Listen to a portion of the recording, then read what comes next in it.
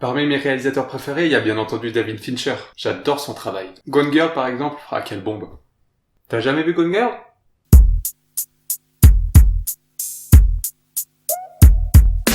Gone Girl est un thriller américain réalisé par David Fincher et sorti en France le 8 octobre 2014. Pour rappel, David Fincher c'est Fight Club, Zodiac, The Social Network ou encore Seven.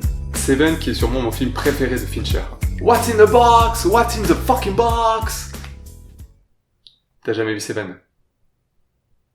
Dans Gone Girl, on suit Nick, interprété par l'impeccable Ben Affleck, qui, alors qu'il rentre chez lui tranquillement un jour, découvre la disparition de sa femme Amy, interprétée par Rosamund Pike. Mais alors que l'enquête se met à piétiner très rapidement, de nombreux indices nous fait nous demander si ce n'est pas Nick qui l'a en réalité tué.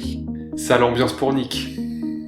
Voilà, a priori on a le droit à un film d'enquête assez basique, avec on imagine quelques petits retournements de situation à prévoir. Mais c'était bien entendu sans compter sur David Fincher. Le film est tiré du roman éponyme de Gillian Flynn, sorti en 2012. Et en lisant le livre, il était évident que le propos et l'ambiance décrite allaient plaire à Fincher. Ce qui marque en premier dans ce film, c'est justement l'ambiance. Cette ambiance froide et typique des films de Fincher nous saute au visage dès les premiers instants. La banlieue pavillonnaire est froide, les personnages sont froids, et les relations entre eux sont encore plus glacées. Le choix de Ben Affleck et de Rosamund Pike pour les rôles principaux et pour le coup en adéquation avec le style du film. Ben Affleck est connu pour son jeu, un peu monotone. On va dire que son jeu et son visage ne sont pas réputés pour transmettre de fortes émotions, un peu à la manière de Ryan Gosling. Et du coup, pour le personnage de Nick, dont la caractéristique principale est de paraître peu touché quant à la disparition de sa femme, eh bien Ben est très bien. Pour le rôle d'Amy, Rosamund Pike est également un choix fort judicieux. Sa beauté froide et son côté un peu flippant ajoutent au film une touche unique. J'ai lu que les noms d'Olivia Wilde, de Jessica Chastain ou encore de Reese Witherspoon ont été évoqué pour ce rôle. Et clairement, non, ça n'aurait pas matché. L'autre point fort de ce film est bien entendu son scénario. L'histoire peut paraître assez basique à première vue, mais que nenni. Il y a de nombreux retournements de situation, dont un très important qui donne un vent de fraîcheur au film. Forcément, je ne dirai rien de plus ici, mais il est important de noter que ce film reste célèbre pour ce twist qui est particulièrement jouissif.